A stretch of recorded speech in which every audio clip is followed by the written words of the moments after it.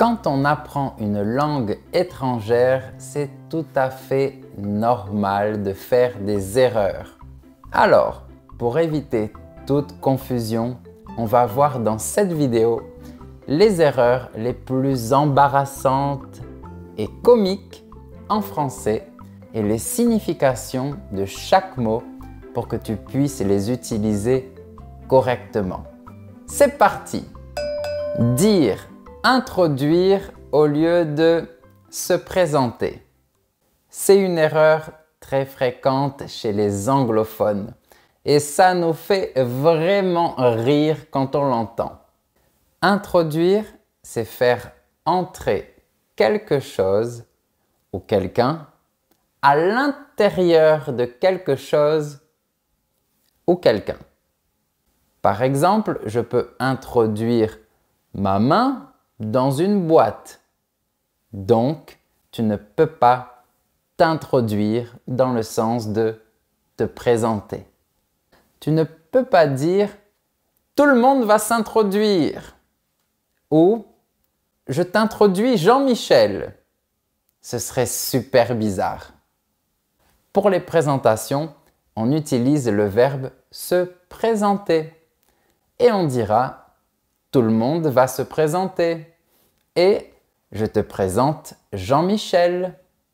D'ailleurs, je me présente, je m'appelle Guillaume et je suis professeur de français pour les étrangers. Si tu aimes mes vidéos, abonne-toi et appuie sur la cloche pour recevoir toutes les notifications. Dire « je suis excité » au lieu de « j'ai hâte ». Une erreur très fréquente, c'est d'utiliser le mot « excité » pour parler de l'impatience. Être excité et avoir hâte, ce sont deux expressions qui peuvent sembler proches, mais qui expriment des sentiments différents. Par exemple, si tu sais que tu vas voir ton ami samedi, que tu es très content et que tu veux que le temps passe rapidement pour le voir, tu dois lui dire « on va se voir samedi, j'ai hâte ». Ça signifie que tu es impatient de voir ton ami. Par contre, si tu dis « on va se voir samedi, je suis excité », attention, là, ça peut causer de gros problèmes parce que cette expression est utilisée dans un contexte sexuel pour désigner une envie.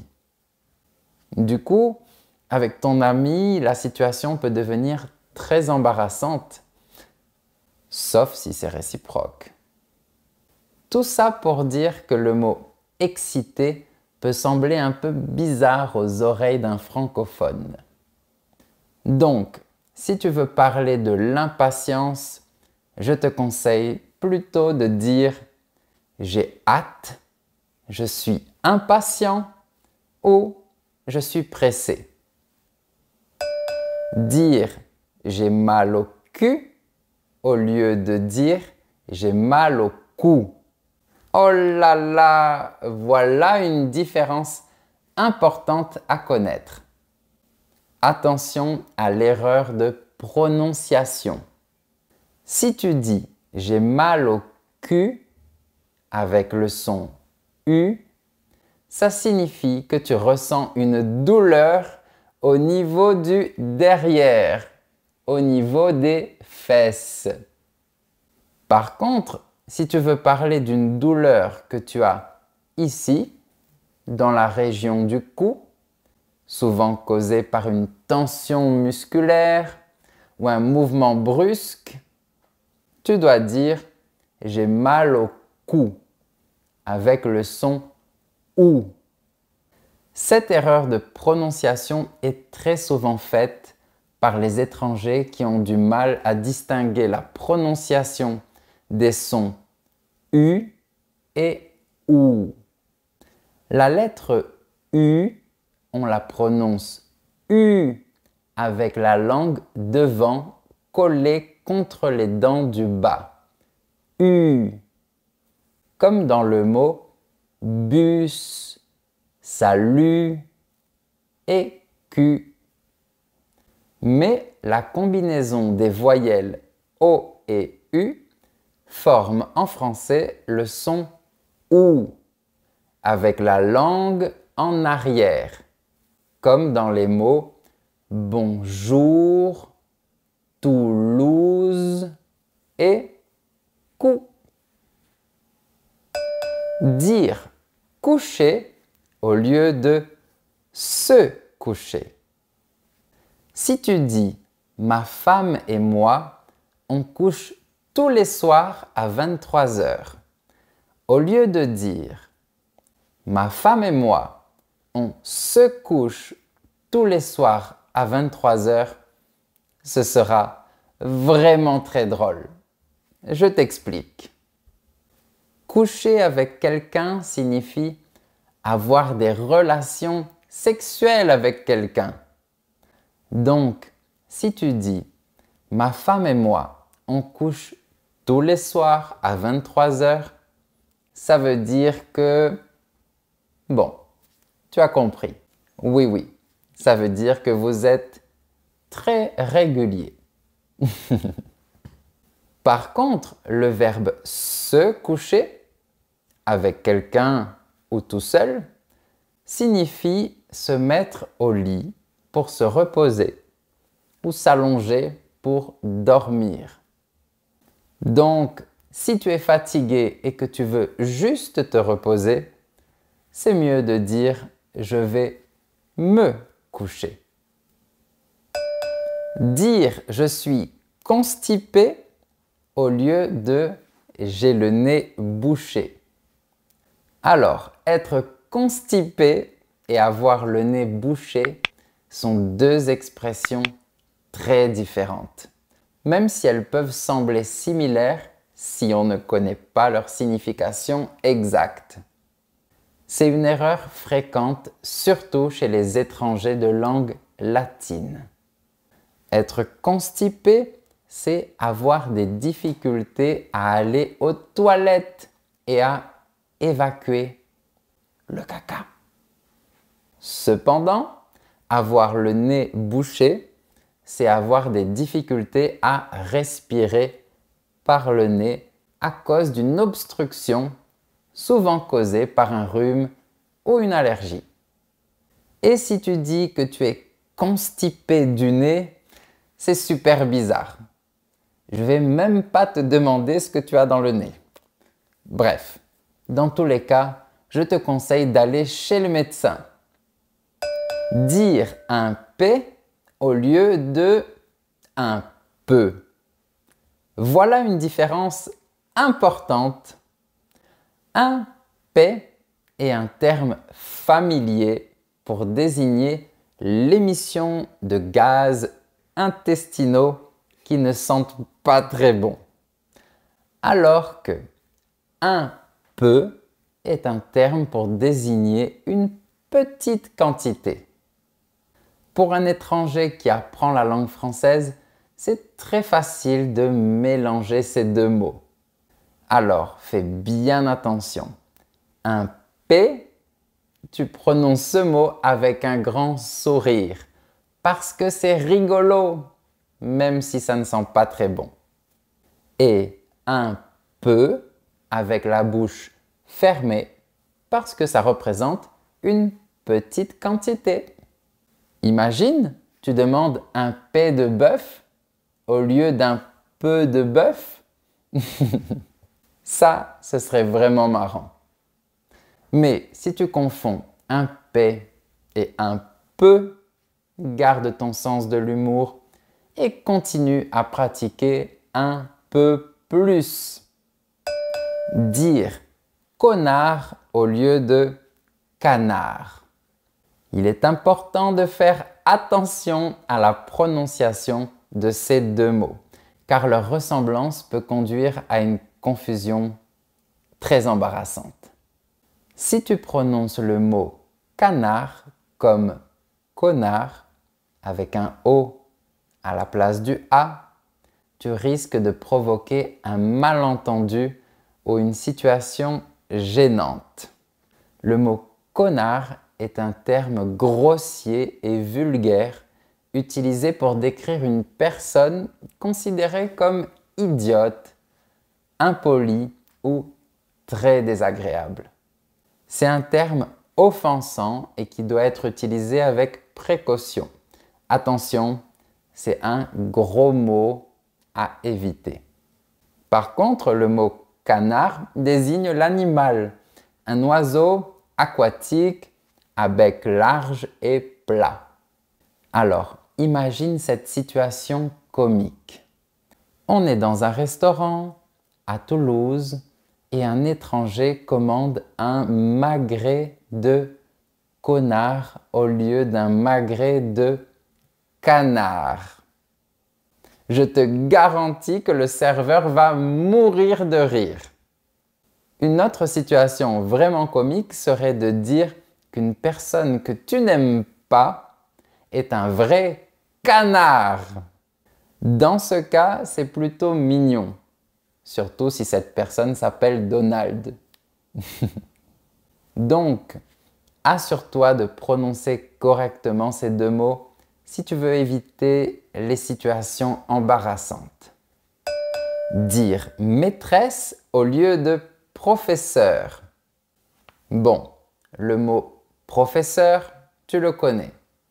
Moi, je suis professeur de français pour les étrangers. On est d'accord? S'il y a un « e » à la fin du mot professeur, c'est le féminin. Mais le mot maîtresse, lui, est utilisé pour désigner une enseignante de l'école primaire, pour les enfants qui sont très jeunes. Le problème, c'est que le mot maîtresse peut aussi être utilisé pour désigner une femme qui entretient une relation amoureuse avec un homme marié. Donc, fais très attention à ce mot. Si tu parles d'une professeure qui n'est pas une professeure pour les petits, tu ne diras pas le mot maîtresse. Sauf si tu es marié et que c'est ton amante. Là, ce sera un autre type de problème. Dire « je suis trompé » au lieu de « je me suis trompé ». Ces deux phrases ont des significations très différentes. On commence par « je suis trompé ». On l'utilise pour dire que quelqu'un nous a menti, induit en erreur ou a trahi notre confiance. Et attention, parce que dans une relation amoureuse, ça signifie que la personne avec qui tu es a été infidèle. Du coup, si tu dis « je suis trompé », on va surtout penser que tu as les cornes, que la personne avec qui tu es en couple a un amant ou une maîtresse. Maintenant, on va analyser « je me suis trompé ». On l'utilise pour dire qu'on a fait une erreur involontairement. Ça peut concerner nos jugements ou nos actions. Par exemple, si tu dis « je me suis trompé de chemin », ça signifie que tu as pris la mauvaise direction, que tu as choisi le mauvais chemin sans le vouloir. En résumé, « je suis trompé » signifie que quelqu'un a trahi ma confiance. Et « je me suis trompé » permet de reconnaître une erreur innocente et humaine que j'ai faite. Dire supporter au lieu de soutenir. Alors, pour commencer, supporter quelqu'un signifie tolérer quelqu'un. Si tu dis que tu supportes une personne, ça veut dire que tu la tolères même si elle t'énerve. En revanche, soutenir quelqu'un signifie aider quelqu'un ou encourager quelqu'un. en lui offrant un soutien moral ou émotionnel.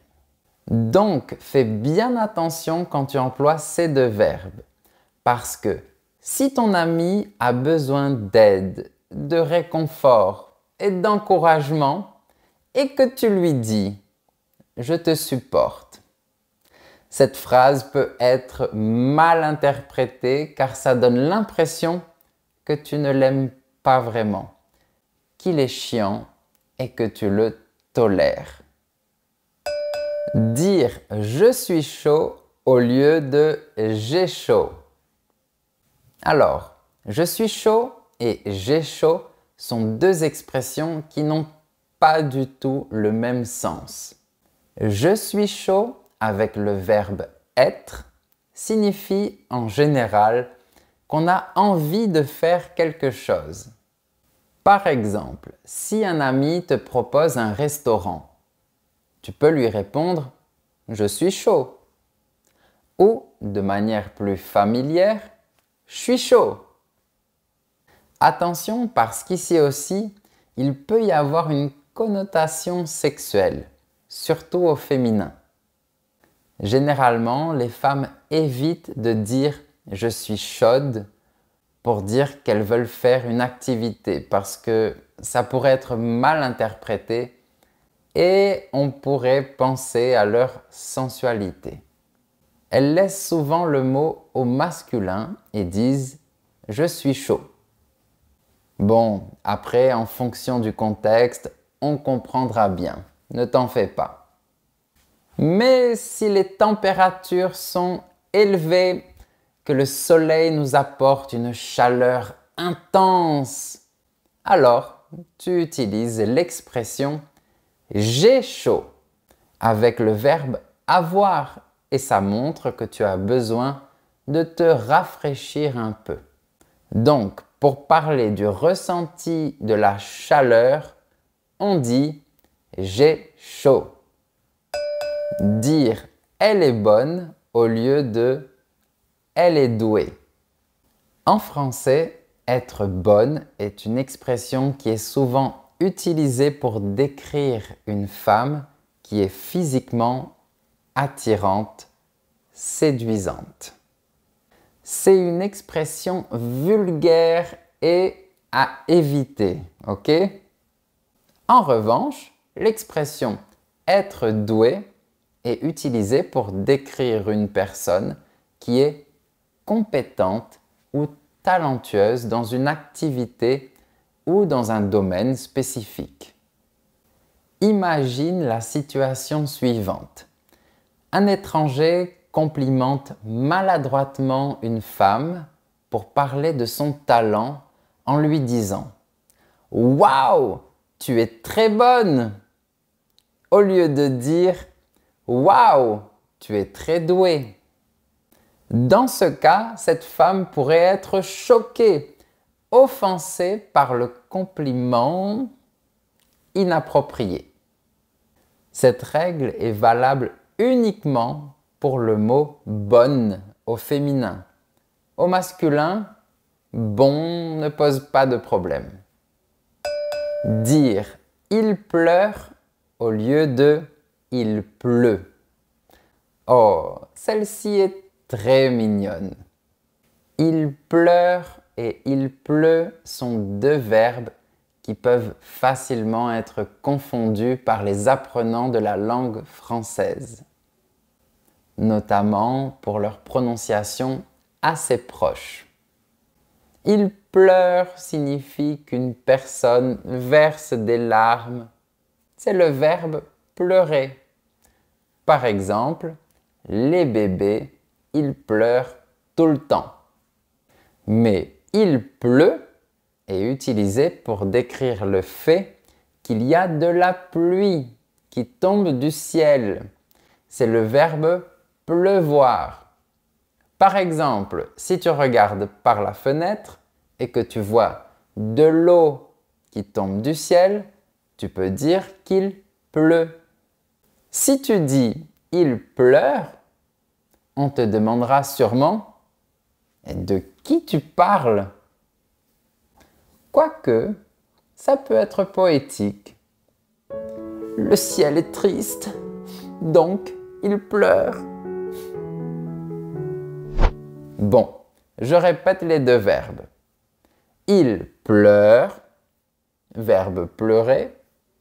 Il pleut, verbe pleuvoir. Et voilà, j'espère que tu as bien aimé cette leçon et que tu as bien rigolé. Si tu apprends le français, n'aie pas peur de faire des erreurs. C'est en faisant des erreurs qu'on apprend. Maintenant, dis-moi en commentaire si tu as déjà fait ces erreurs ou si tu en as déjà fait d'autres. On va rire ensemble. Si tu as aimé la vidéo, n'oublie pas de mettre un j'aime pour soutenir ma chaîne ou tu peux aussi faire un don. Merci à toi et à très bientôt pour d'autres vidéos. Salut!